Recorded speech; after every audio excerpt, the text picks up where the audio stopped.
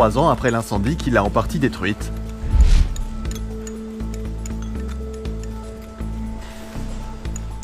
Notre-Dame est en pleine renaissance. Plus de 150 compagnons sont mobilisés pour la restaurer. L'édifice a tout d'abord été stabilisé grâce à de puissants cintres en bois, placés sous les voûtes fragilisées. Dans la nef, les piliers encrassés et couverts de poussière de plomb sont en cours de nettoyage. Prochaine étape du chantier, à la croisée du transept, un nouvel échafaudage de près de 100 mètres de haut va bientôt être érigé pour permettre la reconstruction de la flèche qui s'est effondrée.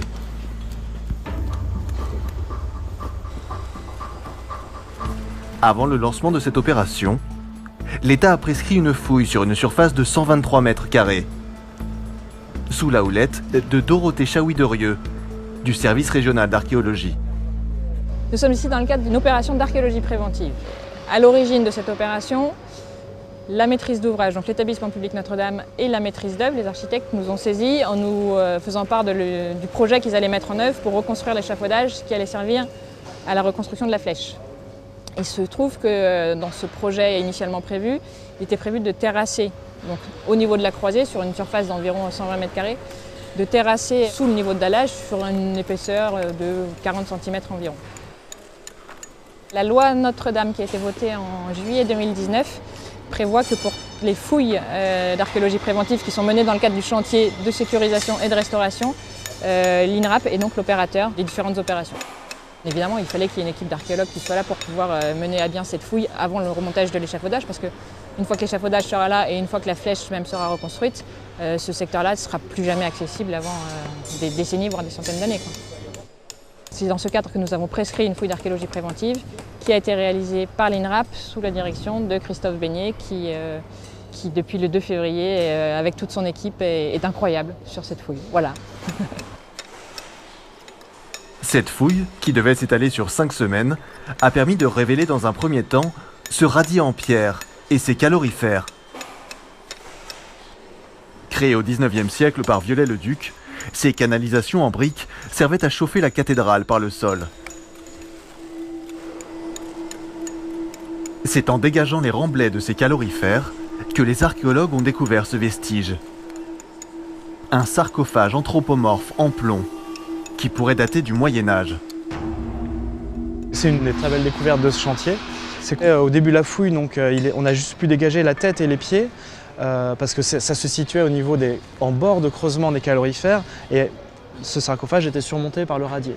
Donc on a pu avoir l'autorisation de démonter le radier empierré pour pouvoir complètement dégager le sarcophage en plomb.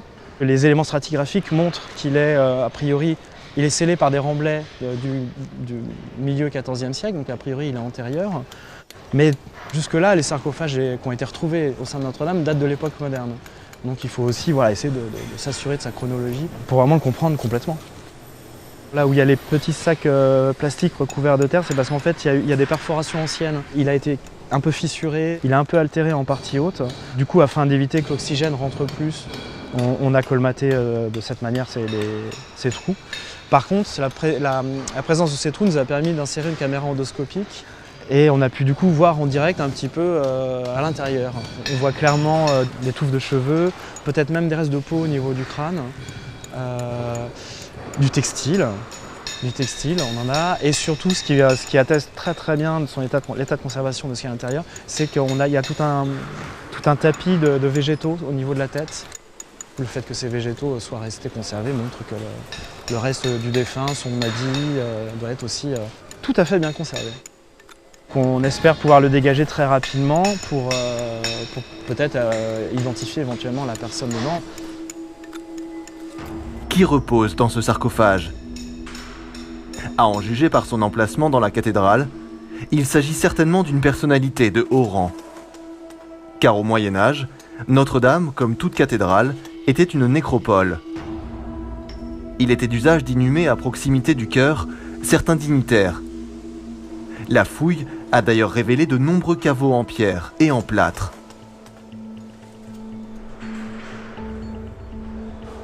En bordure de l'emprise de fouille, les archéologues ont fait une autre découverte majeure. Des dizaines de fragments de sculptures sont en train d'être mis au jour, à seulement quelques centimètres de la surface. On a toute une zone qui apparaissait en plan très perturbée avec beaucoup d'éléments en vrac. Voilà. Et surtout, rapidement, on s'est rendu compte que c'était beaucoup d'éléments peints et sculptés avec une facture qui rappelait les éléments sculptés du XIIIe siècle et avec beaucoup de polychromie, dont encore des traces de feuillage à l'or, etc. Et après un nettoyage plus complet en plan, on s'est rendu compte qu'il y avait vraiment beaucoup d'éléments sculptés et qu'en fait, on a identifié un creusement dans lequel ont été remblayés ces différents éléments. Plusieurs dizaines de fragments ont été découverts.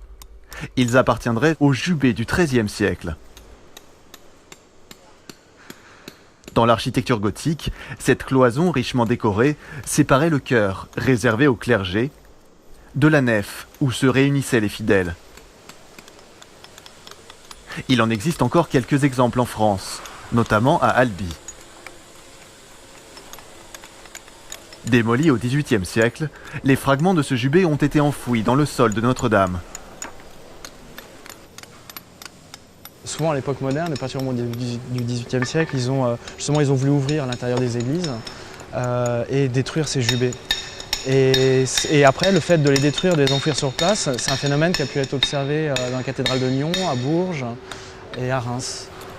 Il y a à la fois la destruction de choses plus anciennes, mais peut-être aussi un certain respect de vouloir l'enfouir sur place, être considéré que c'est quand même un caractère un peu sacré malgré leur destruction. Donc voilà. Ce sont des découvertes exceptionnelles. Ouais. Ces découvertes, l'architecte en chef Philippe Villeneuve les suit avec la plus grande attention.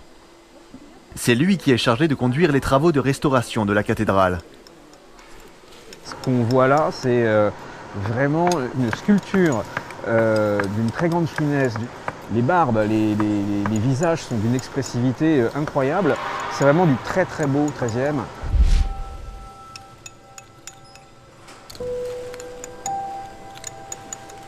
Et surtout, il est polychrome. Viollet-le-Duc, quand il a fait ses tranchées pour faire les calorifères qu'on voit ici, il s'est contenté de faire des tranchées. Alors évidemment, il a prélevé ce qu'il trouvait sur son chemin. Et c'est pour ça qu'on a aujourd'hui des éléments de ce jubé qui sont déjà conservés au Louvre, mais qui ne sont pas polychromes. Nous, les nôtres, ils sont pleins de couleurs. Il y a du bleu, du rouge, du doré, du noir. Il y a vraiment une très belle polychromie. Notre-Dame va, une fois qu'ils auront prélevé ce qu'on pourra prélever dans les temps qui ont été impartis, ça continuera à être étudié sous toutes leurs coutures par des chercheurs, des historiens, des sculpteurs. Ça va être des données scientifiques jusqu'à présent inconnues. Donc c'est effectivement le côté positif de ce chantier, c'est tout ça, ce sont des champs d'investigation pour les chercheurs qui n'auraient jamais eu lieu s'il n'y avait pas eu cette catastrophe. Et donc effectivement, à chaque chose malheur est bon, on peut dire que Notre-Dame de Paris nous offre, malgré cette catastrophe, en fait, des joies comme celle-ci. Chaque soir, les fragments du jubé découverts dans la journée sont provisoirement rassemblés en lieu sûr, sur le parvis de la cathédrale, avant d'être stockés dans un lieu adapté à leur étude et à leur conservation. Il y a quelques éléments du coup qu'on a sortis justement de cette zone de rejet, de fragments sculptés, avec deux têtes absolument magnifiques.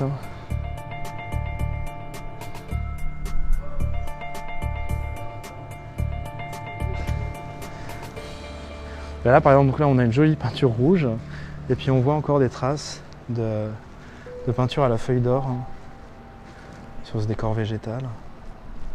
Puis on a ça aussi qui est très très chouette, quand même assez exceptionnel. Donc ça représente peut-être une lampe. Là on a du rouge, il reste du bleu. Alors les autres fragments aussi où il y avait la peinture bleue, c'est un lapis lazuli d'une excellente qualité. C'est juste sous le niveau de sol de Viollet-le-Duc. Donc c'est à quelques centimètres de profondeur, il y avait ces trésors qui étaient là. C'était une vraie surprise, tellement inédit et exceptionnel. Oui.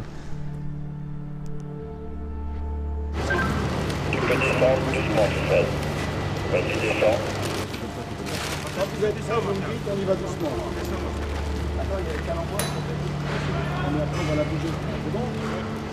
Quelques semaines plus tard, après le temps de la découverte, vient celui de l'évacuation des vestiges. Parmi tous les fragments du jubé mis au jour, les plus gros pèsent plus de 300 kg. Impossible de les prélever à la main. La grue du chantier a donc été réquisitionnée pour les évacuer par les airs.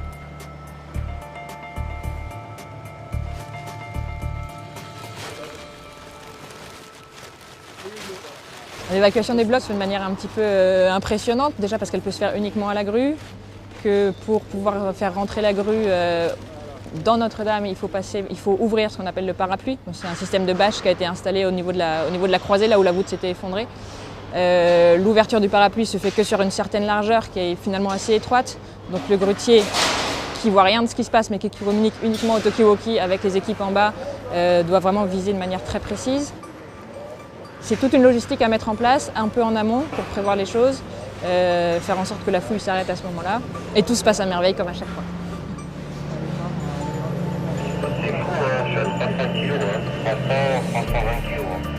320 kilos. On ne prendrait pas comme ça. On a bien de ces pierres-là.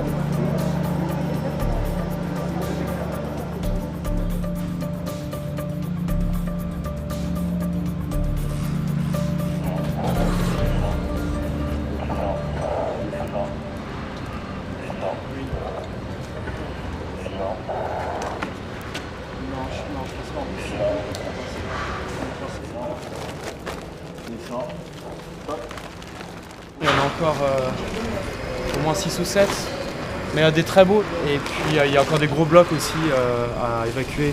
On va les évacuer soit en début d'après-midi, soit dès demain matin au centre archéologique, qui soit dans des bonnes conditions. Le sarcophage, lui, est toujours en place. Il devrait être levé d'ici quelques jours, puis transporté dans un laboratoire pour pouvoir être ouvert et fouillé. Cette opération clôturera cette campagne de fouilles qui aura duré 9 semaines. Une fois le sarcophage déplacé, cette surface sera entièrement comblée pour lancer la construction du nouvel échafaudage. C'est donc tout à fait des discussions qui sont passionnantes d'ailleurs avec les archéologues, à savoir, d'une part, rendre possible donc des fouilles, et d'autre part, quand on va combler tout cela, assurer la réversibilité de ce qu'on va mettre ici pour assurer le comblement. Réversibilité, ça veut dire que bien évidemment, on ne va pas couler du béton, ce serait certainement le plus costaud, hein, mais on va plutôt employer du sable et de l'argile. Comme ça, lorsque vos successeurs et nos successeurs réinterviendront un jour à cette croisée du transept, eh bien, ils n'auront qu'à retirer du sable et de l'argile. Une fois qu'on aura assuré, égalisé le sol ici, on aura un sol à peu près stable et plan, mais on va installer ce qu'on appelle un radier, c'est-à-dire une structure en bois, des grosses poutres en bois, qui vont accueillir l'échafaudage de reconstruction de la flèche et répartir les masses dans le respect des couches archéologiques qui sont en dessous. Très important. Hein. La réversibilité, mais aussi ne pas endommager les couches archéologiques qui n'ont pas encore été fouillées. C'est bon, fais ça, tu peux monter. La fouille pour la phase terrain va se terminer à la fin de la semaine, mais finalement c'est que le début d'une belle aventure, j'ai envie de dire. Il y aura le rapport d'opération qui devra être rédigé par Christophe et par toute l'équipe, donc au moins deux ans d'études sur justement, encore une fois, comprendre à partir des relevés, des coupes, des photos, comprendre le site. Et puis il y a toute l'étude de ce fameux jubé du XIIIe siècle, dont on va étudier le répertoire iconographique, la sculpture, la polychromie, et puis essayer de refaire un remontage, alors sans doute pas un remontage à blanc, mais sans doute un remontage numérique, donc les blocs vont sans doute faire l'objet d'un scan 3D, et puis on va essayer de formuler des hypothèses sur ce jubé, sur sa configuration au moment où il était en place dans la cathédrale. Je pense que les 2, 3, 4 prochaines années vont être très riches justement en résultats scientifiques. Ça ouvre de très belles perspectives.